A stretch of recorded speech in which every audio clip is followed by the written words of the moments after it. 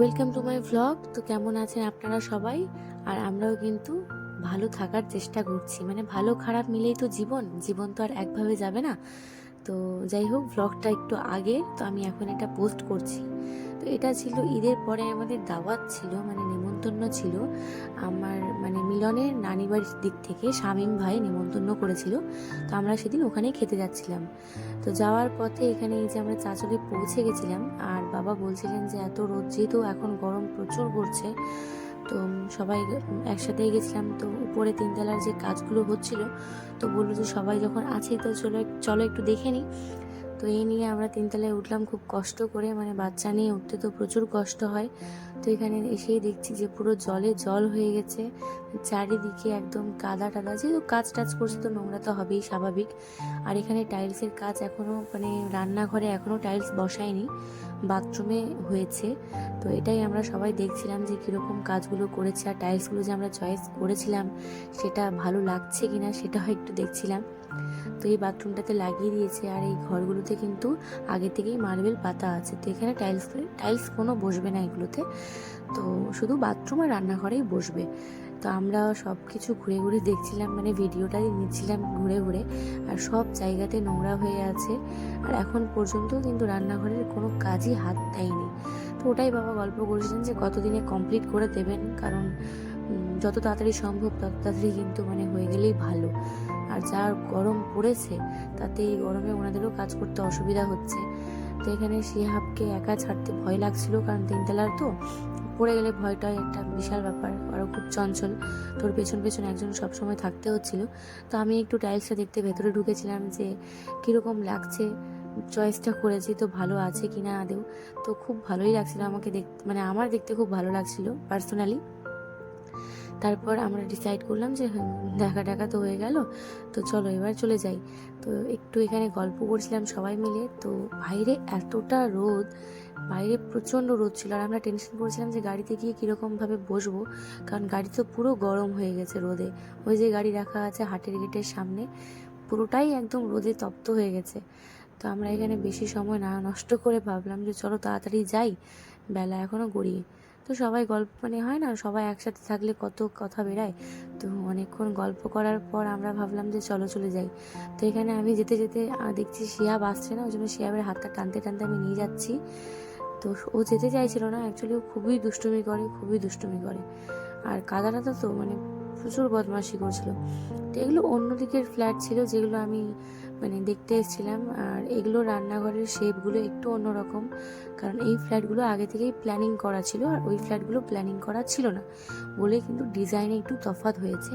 তো এই ফ্ল্যাটগুলো দেখতে কিন্তু একটু সুন্দর, আমার খুব ভালো লাগে দেখতে, খুব সুন্দর ডিজাইন করা। আর ওইদিকে আরও একটা ফ্ল্যাট আছে যেটারও কাজ অসম্পূর্ণ, মানে রান্নাঘরের এখানে তো বাথরুম টাথরুম এগুলোতে করা আছে, কিন্তু রান্নাঘরগুলো হয়নি এগুলো। তো এখানে এগুলো করে রেখেছে, কিন্তু টাইলস বসায়নি এখনও, ওটাও দেরি করে বসাবে। আর এখানে একটু ছোট্ট করে কাপড় কাচার জায়গা। তো যাই হোক, সেই সব কাজ দেখে টেকে আমরা কিন্তু ফাইনালি পৌঁছে গেছি নানি বাড়িতে, মিলনের নানি বাড়িতে। আর এত রোদে আমরা সবাই হেঁটে যাচ্ছি, আর মিলন গাড়ি কোথায় পার্ক করবে বুঝতে পারছে না, কারণ যেখানে গাড়ি রাখতো আগে সেখানে এখন একটা বাঁশ গেড়ে দিয়েছে, ওই জন্য ওখানে গাড়ি রাখা অসুবিধা। তো যাই হোক, ও গাড়ি টাড়ি রেখে চলে আসলো, আর আমরাও বসে গেছি এত গরমে। তো তখন 1টা বেজে গেছিলো। তো আমরা সবাই চলে আসলাম। তো আসা মাত্রই স্বামী আমাদেরকে সবাইকে স্লাইস দিল, কারণ এখন গরমে এগুলো তো একটা মানে ম্যান্ডেটরি ব্যাপার যে দিতেই হবে, জুস টুস। তো দিল, আর এটা দেখে শিহাব তো খুব আনন্দ হয়ে গেছিলো, কিন্তু ও তো খেতে পারবে না, কারণ এটা একটা ফ্রিজিং জিনিস, এটা খেলেই তো ওর কাশি হয়ে যাবে। তো তারপর নিয়ে আসলো খাবার দাবার, মানে একটু টিফিন, কারণ আমরা ভাত খাওয়ার টাইমেই এসেছিলাম। আর মানে যেহেতু চাচুর বাড়িতে দাঁড়ালাম তো দেরি হয়ে গেছিলো, কিন্তু ওরা তো টিফিনের ব্যবস্থা করে রেখেছিল। আর এই যে আরিশা হাই করলো, ওরা কলকাতা থেকে এসছে, তো ও লজ্জা পাচ্ছিল কিছুটা, ও আমাকে বলছে কাকিমা আমি তোমার ব্লগ দেখি, কিন্তু আমার লজ্জা লাগছে, তো ওই জন্যই ও লুকাচ্ছিল। আর আমার ছেলে এখানে বসে বিছানা নষ্ট করছে। তারপর আমরা টিফিন খেয়ে চলে গেলাম আমার 2 ননদিনীর কাছে, যারা আজকে বিরিয়ানি রান্না করেছিল। তো ওরা আমাদেরকে ডেকে নিয়ে গেল টেস্ট করানোর জন্য। আর এই নিশা খুব ভালো রান্না পারে, নিশাই বিরিয়ানিটা বানিয়েছিল।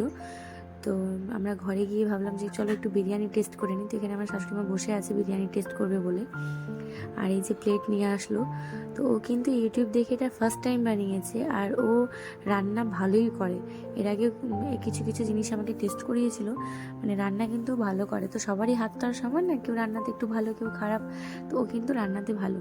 তো এখানে বিরিয়ানিটাও ফার্স্ট টাইম ট্রাই করলো, এটা কিন্তু খেতে খুবই ভালো হয়েছিল।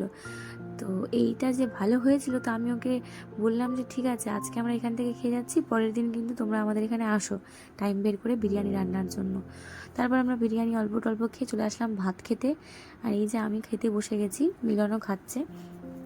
তারপর কি খেয়ে দিয়ে রেস্ট। আর এই যে আনোয়ারদা, আমি বলে দিই যারা চেনেন না, এটা হচ্ছে আমার জামাইদা, মানে মিলনের জামাইদা। আর এনারা সবাই থাকেন কলকাতা, ঈদের ছুটিতে এসেছেন শ্বশুরবাড়িতে। আর এরা এখন যাবে আবার ঘুরতে একটু ইটাহারের সাইডে। তো ওই জন্যই সবাই রেডি হচ্ছিল, আর এখানে ওরা রেডি হয়ে গেছে।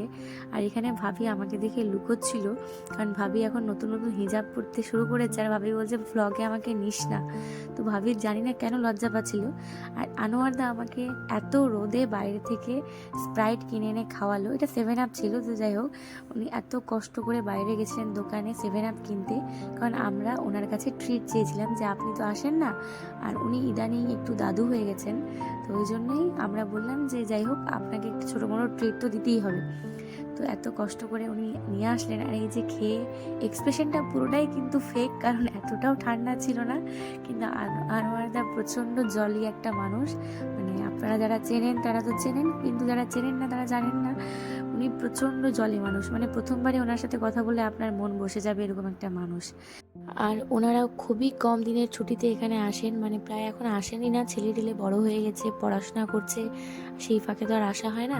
তো আমাদের দেখা এখন খুবই কম হয়, মানে ওই ফাংশন টাংশনেই দেখা হয়। আর এখানে দাদা বাচ্চাদের জন্য স্লাইস নিয়ে এসছে, যে বাচ্চারা 7 আপ যাতে না খায়, তো দাদা ওই জন্য স্লাইস নিয়ে এসছে বেটির জন্য। আর এটা ভাবির রুম, খুব সুন্দর করে ডেকোরেট করা আছে বিভিন্ন রকমের শোপিস দিয়ে। আর আমার খুবই ভালো লাগলো দেখে, ভাবি খুব সুন্দর করে ডেকোরেট করে রেখেছে। ভাবিও কিন্তু এখানে থাকে না, ভাবিরাও কলকাতাতে ফ্ল্যাট নিয়ে থাকেন, মানে নিজেদের ফ্ল্যাটে থাকেন, এখানে জাস্ট ওই ওকেশনেই আসেন, ঈদ টিদ কোরবানি এসবে। তো এখানে পুচকিকে এত কিউট লাগছিল এই জামাটা পরে। আর দিদি আমাকে এই চুড়িগুলো গিফট করেছিল, মানে কলকাতা থেকে নিয়ে এসছে উনি। তো এখানে সবাই বেরিয়ে পড়েছে যাওয়ার জন্য ইটাহারে। তো ওনারা চলে গেলে আমরাও কিছুক্ষণ পর কিন্তু বাড়ির জন্য রওনা দিয়ে দেবো। তো এখানে ভাবিরা দিদিরা সবাই মিলে যাচ্ছিল। তো মিলন ওনাদেরকে কুড়িগ্রামে রেখে আসবে, আর ওখান থেকে দিদির মাসিরা আছে, ওখান থেকে ওরা একসাথে চলে যাবে।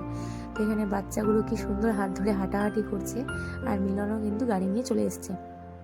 আর দাদা এখানে বাচ্চা সামলাতে ব্যস্ত, কারণ দুটো বাচ্চায় প্রচুর চঞ্চল, মানে গাড়ি দেখে কে আগে গাড়িতে যেতে পারে এরকম একটা ব্যাপার। তো এখানে দাদা বাচ্চাদের সাথে পারছে না, লাস্টে ছেড়ে দিয়েছে দুটো বাচ্চাকে। তো আমরা সবাই এখানে বেরিয়ে গিয়েছিলাম টাটা করতে, কারণ আর দেখা হবে না, ওনারাও চলে যাবেন কলকাতা, আর আমরাও তো বাড়ি চলে যাব। তো আমরা সবাই ওই জন্যই টাটা করতে বেরিয়েছিলাম। তো এখানে ওরা চাপাচাপি করে যেরকমই হোক কষ্ট করে একটু বসে গেলেন, কারণ কুড়িগ্রাম তো খুব কাছাকাছি। তো এটা বিদায়ের বেলা, আর মিফু আলিশাকে তাড়াতাড়ি টাটা করছিল, কারণ ওরা চলে যাচ্ছে কলকাতার, যেহেতু সমবয়স্ক তো খেলাধুলা করে, তো একটু মনটা খারাপ করছিল। আর এখন কিন্তু আনোয়ারদাও বাইকে করে চলে যাচ্ছে কুড়িগ্রামে, শামীম ছাড়তে যাচ্ছে। তো এই ছিল আমাদের দেখা আর একটু গসিপ। তো আনোয়ারদাকে আমি বললাম আসবেন, ভালো লাগবে, থাকে না এখন বেশি দিন আনোয়ারদা। তো আমরাও কিন্তু এখনই বাড়ি বেরিয়ে যাব। আর আজকের ব্লগটা কীরকম লাগলো অবশ্যই বলবেন, আর আমার চ্যানেলটিকে সাবস্ক্রাইব